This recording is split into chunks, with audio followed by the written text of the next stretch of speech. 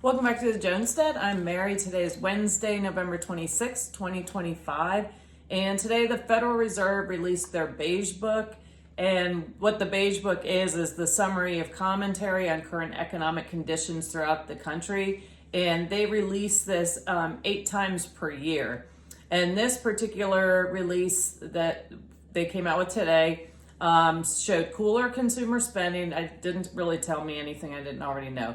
So cooler consumer spending and hiring, along with higher prices for the months leading into November. And September retail sales showed slowing down.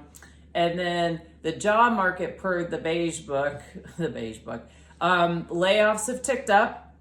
Employers are limiting headcount, otherwise known as layoffs. They say it so nicely, don't they? And then adjusting hours, not workers. So basically, if they need somebody to work more hours, they have them work more hours as opposed to hiring somebody new. And adjusting hours, not workers, as I said. And then, of course, dealing with AI coming in and replacing jobs. Plus, in addition to that, the employers are dealing with higher labor costs because of the increases in the health insurance premiums, which have gone up significantly, and everybody is seeing that. And also, with some exceptions, you're seeing a continuation of inflationary conditions. Between the tariffs, we're seeing that imports have decreased. And so you're going to see, we've seen some products reduce in price, but you're still going to see, I think, an overall inflationary economy, and that we've all been living with. And they keep putting money into the system, and then the fiat money is worth less, and then we have inflation. Along those lines, it sounds like this report is going to pave the way for the Feds to lower the rate yet once again. But in my opinion, that's not going to solve the underlying problems with our economy. And from my standpoint, we need to get the government out of the private sector. There's way too much involvement. And small businesses, which were once the backbone of the economy of the United States, have been completely squeezed out from taxation to overregulation. And then we see the government picking winners and losers, like during COVID, when it was safe to go to Walmart, but you couldn't go to your local pharmacy or your mom and pop shop. And a lot of businesses closed and they were bankrupt because of that. It was really criminal what they did. And then we have the mega corporations, and then private equities are just coming in and buying people out. And so you have this ongoing consolidation. And so you don't have the American people really being a part of that. And they have zero control now over what's going on with the economy, because it's kind of being taken over, if you will. And so I think we really need to get back to basics in the United States to really get back to a good, strong economic base. And one of the best ways to do that is to stop spending. And the United States is still, we are $39 trillion in debt, and it's continuing to go up and not go down. So they're not cutting the spending at all, and which is really concerning to me, because that is not sending us in a good direction.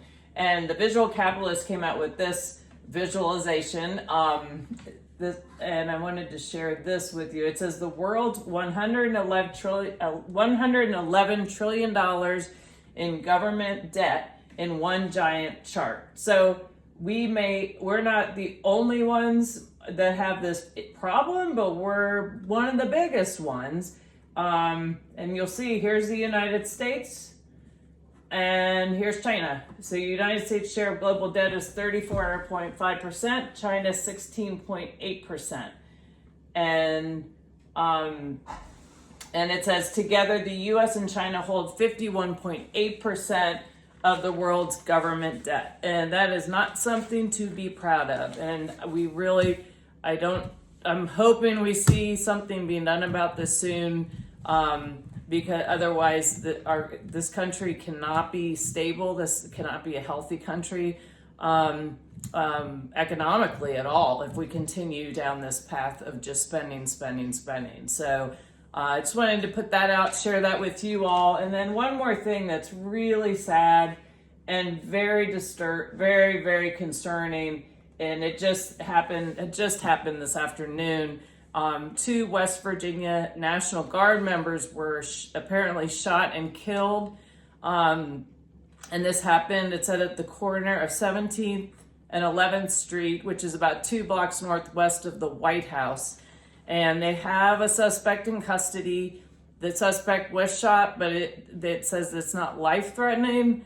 And honestly, I've been so worried that something like this was going to happen.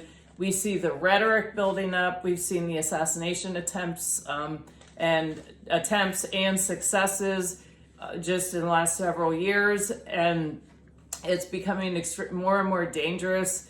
And Washington, D.C., we should not have to have our National Guardsmen in our cities if the leadership there is doing their job. So keep the service members in your prayers, and the family members of these 2 that lost their lives today. Tomorrow's Thanksgiving, and sounds like they weren't going to be spending it together, but they figured they'd be getting together soon, and now that's not going to happen. And what a tragedy, what a tragic thing for this to happen in the United States of America, in the capital of the United States of America.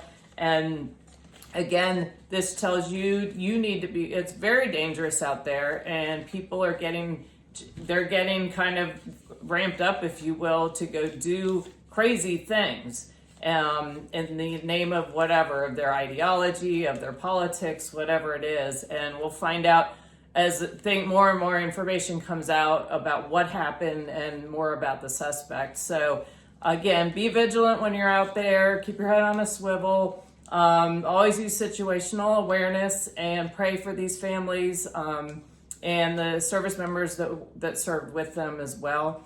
And I hope you all have a wonderful evening. Thank you for watching. Please like and share and subscribe. Look forward to talking to you all again soon.